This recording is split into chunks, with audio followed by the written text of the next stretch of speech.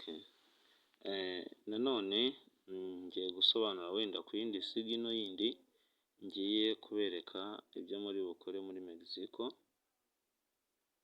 Okay. Isoko ryacu ryaramanutse cyane rwose kandi ni ibintu bikunze kubaho mu isoko Bitcoin yamanutse. Okay, so iyacu rero igihe cyo kwinjira mu isoko cyageze. Igihe cyo kwinjira mu isoko cyageze. Ndakeka aho twari bwinjirire, reka nsubire muri groupe. Okay, umuntu ushaka signal rwose igihe twandikira abantu bari kwimenyereza ushaka kubimenya nacyo turabafasha. Okay, coin rero tugiye gukora ni iyi yitwa Okay, kanze nyirebe twarayitanze muri groupe ndetse ko isoko ryamanutse karenga stop loss. Nuvuga ngo isoko turinjirira ahangaha.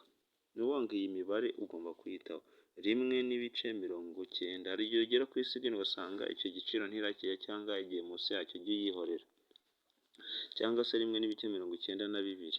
Aha niho tugomba kuyinjirira. Siko bimeze? Okay. Noneho reka tujye kureba muri Mexico stop loss yari iyi, ariko kubera ko isoko ryamanutse cyane stop loss yararenze.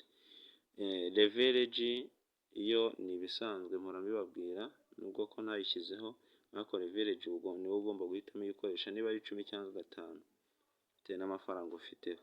Ariko mutangirize abantu bari kwimenyereza mukoresha leverage ya 5 kugira ngo itajya imanuka cyane ikabakora mu isoko, keretse ku muntu ufite amafaranga menshi yo coin burya yazamuka target ya mbere burya bamaze kubona inyungu, ariko abantu bakoresha amadolari make nyine niko bigenda.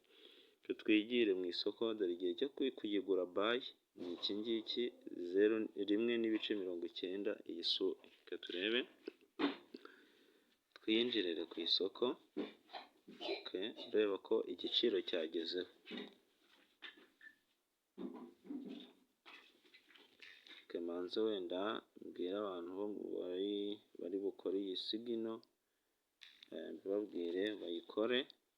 Ubwo ndi wenda recordinga ariko reka bibereke. Okay.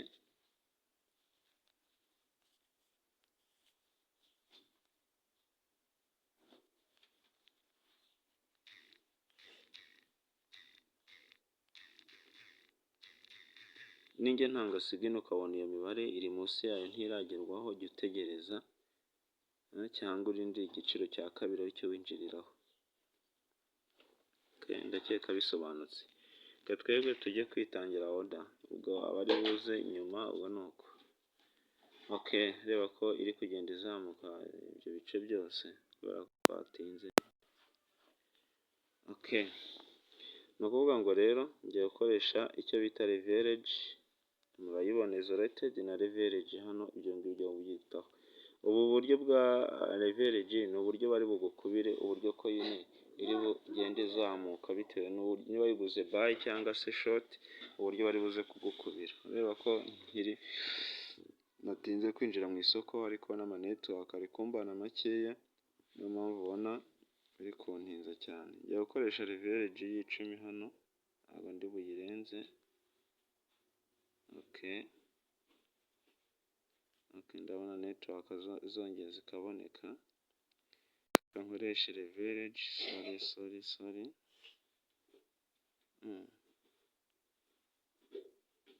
Nkoresha leverage.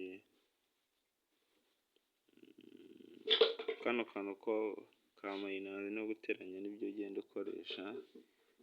Okay, reka mbikore gutya. Hano ureba ko ngiye kuyikoresha idolari no kubibereke. Izi ni account nshyashya nagiye mfungura.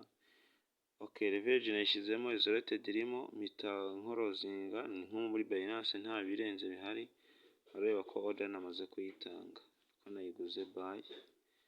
Okay, Mexico rero urareba yo impamvu nyikunda ntabwo ibiri danje cyane. Ureba ko amahirwe yo kuva mu isoko ari kuri 4 n'ibice 18, sibyo? Okay, noneho okay, kanze mbibereke, kanze kanze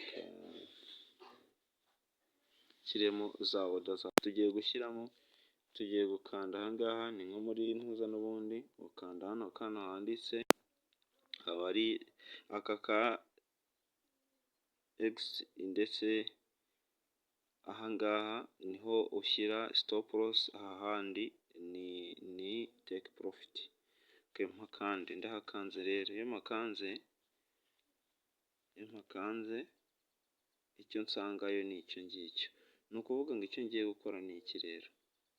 Hano hambere nabibabwiye nongere mbibasobanurire, ahantu ugiye gushyira stop loss ni kuri aka ngaka handitse position, no muri Binance nabiberetse ahangaha niho position, niho abashyira take profit. Take profit nabwiye ngo ushyiraho target ya nyuma, kanze mbereke target ya nyuma na kuri iyi coin ni $2.22, $2.22, $2.22. Ndaba ndi kunguka $1.56. Iraba igeze ku 164 urabikeka urabibona. Stop loss rero tuyirebe nayo tuyishyiremo. Stop loss ni iyi ngiyi bita stop loss. Ahangaha stop loss ni ahangaha ubibona, hari abantu bibagirwa gushyiramo stop loss ugasanga coin yamanutse yose irayatwaye. Niho handitse stop loss $1.85, turebe rero $1.86, $1.86, ndaba ndi guhomba $0.23. Ureba ko ibike stop loss iri hafi cyane ku $1, $0.23, iyo bigeze kuri 24, nta mpamvu yo guhomba ibintu byinshi. Leta nkora confirm, ubwo nshyizemo stop loss ndetse na take profit. Ngiye gushyiramo icyo bita target mwazibonye ni izi 1, 2, 3, 4, 5, ni 5, ariko ubwo ndakoresha enye kubera ndakoresha 3 gusa wenda kubera ko iya nyuma nayikoresheje muri take profit. Target ya mbere ni ku $1.96, nigera ku $1.96 ndaba nuka 0, sorry gatoya, oda natanze ndebe ko yagiyemo, ngiye gushyiraho stop loss. Nibyo ni ukuvuga ngo ngiye gushyiramo target $1.96 kuri 25%, yuko ubu iraba igeze kuri 28. Ndeba ko nta nyungu irimo bitewe nyine n'amafaranga makeya. 0.05 ahita nkora confirm. Nuko bikorwamo, mba ndi kubigisha niko ushyiramo target hariya hambere. Ugomba kuzirikana ko ari akantu ka 25% cyangwa kangahe ko ushobora kugashyira 100% nyine ikagukora mu isoko kandi washyizemo target ya mbere.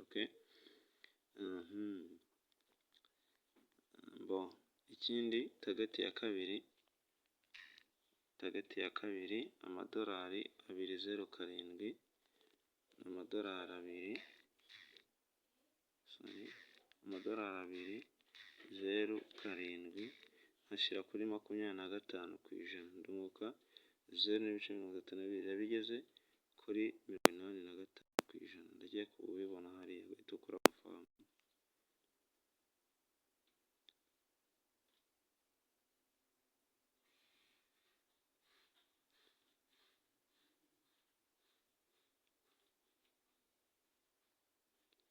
Reka turindire successful. Igice kindi gikurikiyeho ni target ya gatatu ni $2.13 ku $2.13 kuri 70%. Nubwo kano kantu ko hasi ugomba kukazirikana, uri kubibona 70%, abigeze ku 17%, ndandi kunguza $1.22 by'idolari. Ndakeka mwabibonye, nyishyize 100% naba nubwo ibice 47, kubera ko nashyizemo profit, kayishyiremo target ya gatatu. Ni ukuvuga ngo target ya mbere 25%, tageti ya kabiri 50%, tageti ya gatatu 70%, tageti ya kane 100%. Ntabwo ugomba kurenza tageti enye nk'umuntu wenda utabimenyereye, nkahita nkora confirm. Sawa, ubu nkaba ndangije akazi kanjye ko gusetinga signal, nkicara nkategereza. Candlestick hari abantu batazi kuzikoresha, ndakeka murabibona ahangaha. Coin yacu yatangiye kuzamuka ihereye aha ku $1.79. Ndakeka ko murakeka muri kugenda mubibona. Naho yahereye, reba ko yarenze stop loss nk'uko twari tubiteganya ko yagombaga kuzamuka, ariko yarenze stop loss. Ibyo ni ibintu bikunda kubaho ku masoko yose, kuba coin yamanuka ikarenga stop loss. Okay, ndategereje, ureba ko ntabwo irazamuka, iracyari muri minus. Nuko rero setting signal nagiye mbibasobanurira. Nongeye ngaruka kuri signal yacu, igiciro cyo kwinjiraho aba ari iki ngiki. Igiciro cyo kwinjiramo cya mbere ni iki, cya kabiri ni iki. Icyiza cya future trading ni ukuvuga ngo ni uburyo uyigura izamuka ndetse n'uyigura imanuka. Wenda nk'abakoze signal ejo yamanukaga kubera ko isoko ryamanutse, bo barungutse. Ariko ejo nanze gutanga update kubera ko isoko ya Bitcoin rwose yari iri mu bintu utamenya ibyo ari byo, imanuka izamuka. Ariko nk'uko nari nababwiye ko Bitcoin izamanuka nyine, igeze ku 67,000, mwabonye ko yageze ku 66,000 nk'uko nabiteganyaga. Okay, nuko rero biba bimeze. Abantu bashyashya byo kwimenyereza nabo mugerageze muze muri groupe, nabashyiraho groupe. Ufite amadolari cyangwa se wakoze kwahise muri Mexico bakamuha ari amadolari, gerageza nawe uze dufashanye. Reko Bitcoin ku bayinjiriye ahangaha igihe nayitangiye, ibe yinjira kuri 67,000. Babonye ko yari ku 66, bivuze ngo bafite profit ko mu kanya yageze ku 71. Nuko bimeze. Signal ugomba gukomeza kuyicunga. Nk'iyi ngiyi igihe nayitangiye, abayinjiye ntiyigeze irenga stop loss. Iyi ngiyo ni ukuvuga ngo abayinjiye barimo barabona profit, ndakeka kuri target ya kabiri.